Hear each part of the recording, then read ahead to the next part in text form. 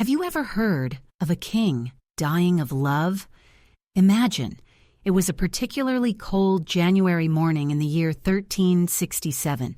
Screams of horror echoed through the icy corridors of the royal palace in Estremosa.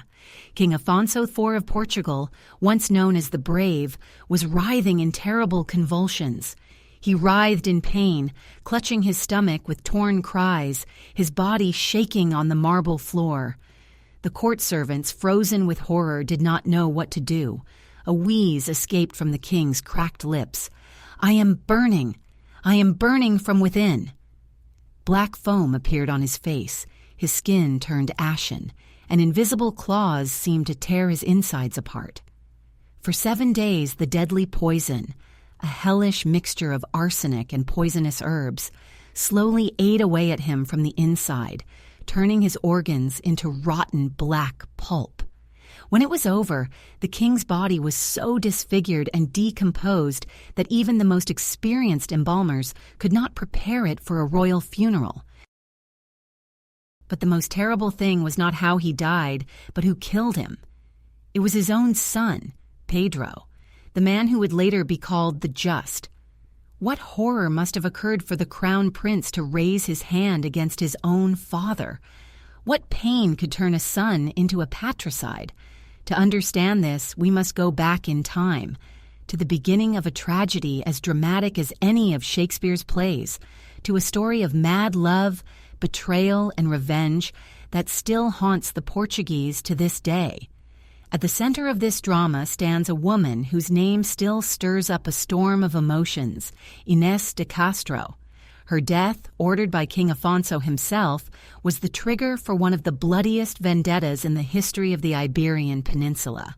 More than 6 centuries have passed, but this story still stirs people's hearts. It all began in 1340. A young Galician noblewoman, Inés de Castro, arrived at the court of Portugal in the retinue of Constance Manuel, wife of the Crown Prince Pedro. Inés was not just beautiful. She was mesmerizing. Contemporaries wrote that her hair shone like streams of pure gold, flowing down to her waist. Her skin was white and translucent, like the finest alabaster. Her eyes were green like emeralds, but deeper than the ocean itself. One of the court poets once confessed that looking at her was like looking at the sun. It hurt, but it was impossible to look away. Prince Pedro, quick-tempered, passionate, living on the edge of his emotions, was struck down. It all began with furtive glances across the banquet table and chance encounters in the palace gardens. But very soon something more flared up between them. A forbidden, uncontrollable passion. Historical documents testify that the lovers met secretly in the forests near Coimbra, on an estate called Quinta das Lágrimas, the estate of tears. The name itself would later prove prophetic in a terrible way. Their relationship remained a secret, hidden from the eyes of the court. But, as always happens, rumors leaked into the corridors of the castle. At first they were whispers. Then they grew louder. Inés was not only married to another man, but she was also from Galicia. This meant that she had close ties to the Castilian nobility, and Castile was Portugal's main political enemy at the time. In an era when marriages of the ruling dynasty were concluded solely for the sake of alliance, intrigue, and the consolidation of power, Pedro's relationship with Inés was not only scandalous, it threatened to be a disaster for the entire kingdom. But Pedro was stubborn and did not even want to hear about separation. He adored Inés. And when his wife Constance died in childbirth in 1345, the prince was finally free to openly show his feelings. He settled Inés in a convent near Coimbra, where he continued to visit regularly, causing increasing indignation among the courtiers and the king. Incidentally, an important detail, Inés came from one of the most powerful Galician families of the time, the de Castro family, which was directly related to the House of Trastamara and had claims to the Castilian throne. It was this relationship that would later become the main cause of Afonso's fear. He feared that Inés's influence would draw Pedro to the side of Castile, and Portugal would lose its independence. Inés settled with Pedro in the estate of Quinta das Lagrimas.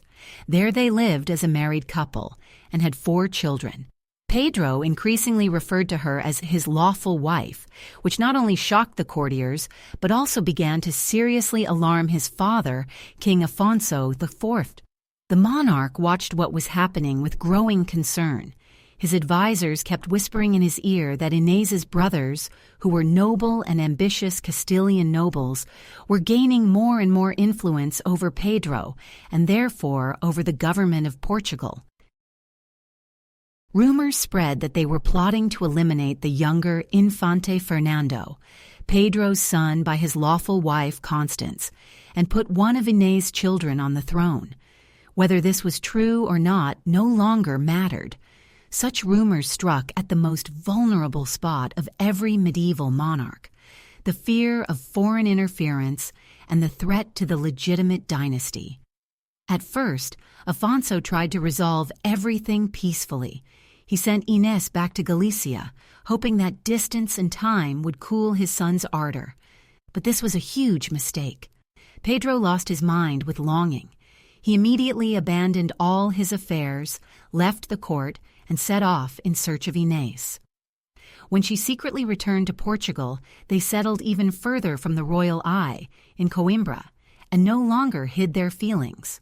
4 children were born from this union, which only strengthened the Castro family's ties to the Portuguese crown. One of Pedro's eldest sons would later become Grand Master of the Order of Aviz. It was this order that, half a century later, would save the country from Castilian annexation. But at that moment, everything looked like a direct threat to the throne. At the beginning of 1355, after several years of tension, constant warnings, and growing fear, Afonso IV made up his mind. On January 7th, taking advantage of the fact that Pedro had gone hunting, the king set off for Coimbra with his 3 most loyal courtiers, Pedro Coelho, Álvaro Gonçalves, and Diogo López Pacheco. What happened on that freezing January day was later described by chroniclers in chilling detail. Seeing that the king had arrived at Quinta das Lagrimas, Inés ran out to meet him and fell to her knees. Surrounded by her 4 small children, she begged for mercy. "For mercy, my lord. Look at these children, they are your blood," she sobbed, tears streaming down her cheeks. For a moment, the king froze. He was moved by the scene, a young mother surrounded by her grandchildren, bowing before him in despair. But cold calculation prevailed. Afonso silently turned away and left, leaving the matter to his aides. He himself did not dare to give a direct order. What followed was a nightmare.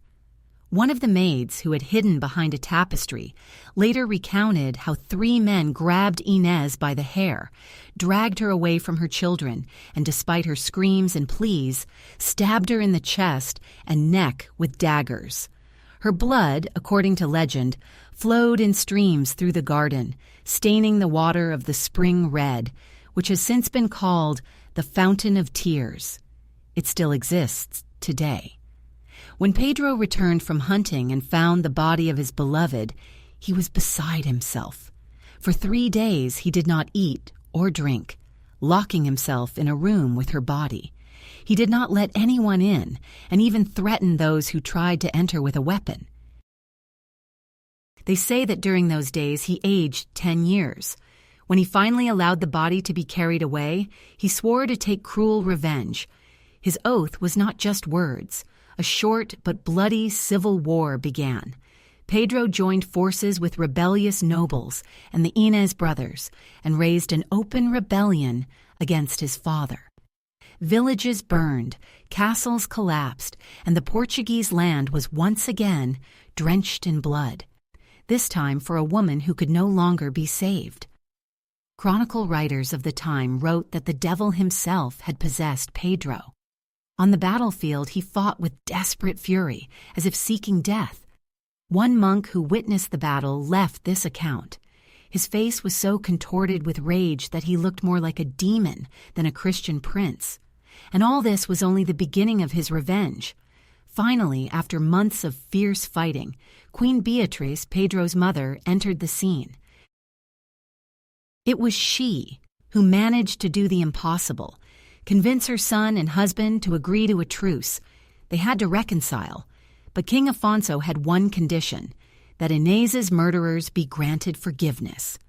Pedro outwardly obeyed, bowed before his father, kissed his hand, and thus formally acknowledged his will. But inside, the fire had not been extinguished. It had only hidden, becoming a smoldering flame that grew stronger over time. When King Afonso died in 1357, Pedro took the throne. From that moment on, the country knew a completely different man. The cheerful, loving prince was a thing of the past. A gloomy, obsessed king appeared before the people, for whom the word justice became not just a motto, it became an obsession. Pedro's first order shocked the entire court. He ordered the body of Inés, buried in haste 2 years earlier, to be exhumed. Then her decomposed body was dressed in royal robes, seated on the throne next to Pedro, and crowned Queen of Portugal. All the nobility were obliged to approach and kiss her hand as a sign of posthumous recognition of her as his lawful wife. Some fainted, others began to vomit in horror, but no one dared to disobey the king. After this horrific scene, Inés's body was sent in a solemn procession from Coimbra to the monastery of Alcobaça, a journey of more than 100 kilometers. All this time, subjects stood along the roads, holding burning candles in their hands. One chronicler wrote, "It was a veritable stream of light in the darkness, as if Inés herself had come back to illuminate her king's life." 2 magnificent tombs were erected in Alcobaça, facing each other, so that, on Judgment Day, when Pedro rose from the dead, the first person he would see would be his beloved Inés. But the real revenge was just beginning. Pedro never forgot or forgave Inés's murderers. Thanks to an agreement with the Castilian court, the King of Castile was Pedro's cousin. The 2 criminals, Pedro Coelho and Álvaro Gonçalves, were handed over. Land, titles, and gold were offered in exchange for them. The third, Diogo López Pacheco, managed to escape to France, where he lived in constant fear and loneliness until the end of his days. Pedro prepared such a punishment for those who were caught that even in the harsh times of the Middle Ages, it was considered excessively cruel.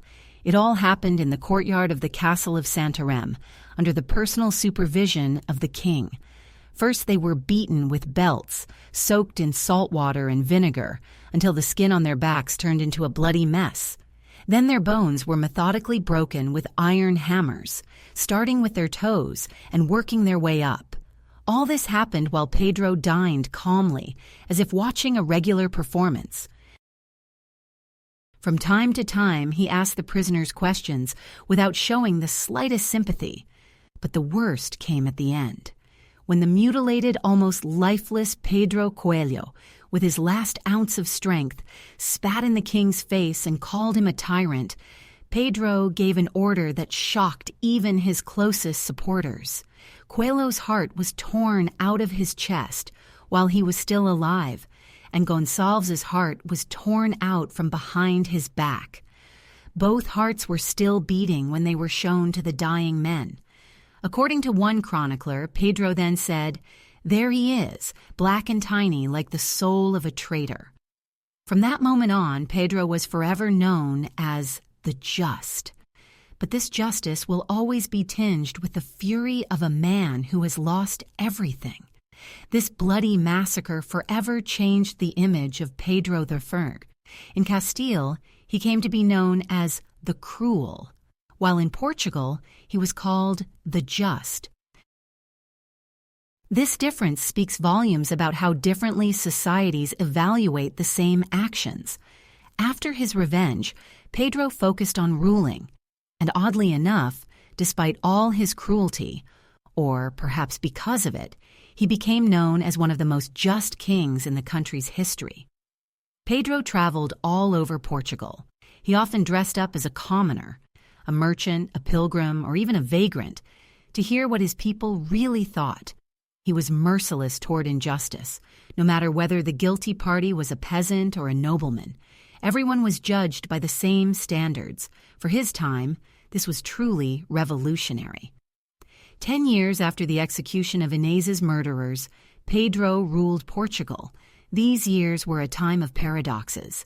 His personal life remained deeply sad, as if all the light had gone out of his soul. But the state flourished during this time. Taxes were collected strictly, roads became safer, and justice became predictable. It was as if his personal tragedy had sharpened his sense of justice to the extreme. He was both cruel and just at the same time. The king had two faces. To the common people, he was like a hero of legend, the just, the ghost king who would suddenly appear in remote villages and punish offenders. But to the nobility, he was a monster. They used him to scare children and feared his every command. His outbursts of rage became legendary, and no one knew when he might strike. But despite all his power and strength, the shadow of Inés never left him. Pedro ordered the construction of magnificent tombs in the Alcobaça monastery, so that on the day of resurrection, she would be the first person he saw. He often visited the tomb. He would sit for hours, sometimes even days, at the marble slab, as if continuing a conversation with the woman he still considered his wife. He never remarried. But the end of this Shakespearean tragedy was yet to come. There was one person whose death he still could not forgive: his father, King Afonso. Officially, they had reconciled, but in his heart, Pedro never forgave him for ordering the murder of Inés. Years were spent in preparation. He secretly consulted with Arab doctors, scientists, and poisoners. He searched for poisons that would kill slowly, painfully, and be undetectable by the court physicians. His emissaries sought rare substances even in distant lands. He waited for the moment, and then, in the year 1367, exactly 10 years after his accession to the throne, the moment arrived. During a festive banquet in Estremosa, Pedro himself handed his elderly father a cup of wine. "To complete reconciliation," he said, looking Afonso straight in the eyes. The king, delighted by the gesture, suspected nothing. He drank it all. At first, everything was calm. Several days passed without any signs. But then, right in the middle of dinner, Afonso suddenly clutched his stomach. The pain was unbearable. He suffered so much during the week that the court doctors later wrote, "We have never seen a more horrible death."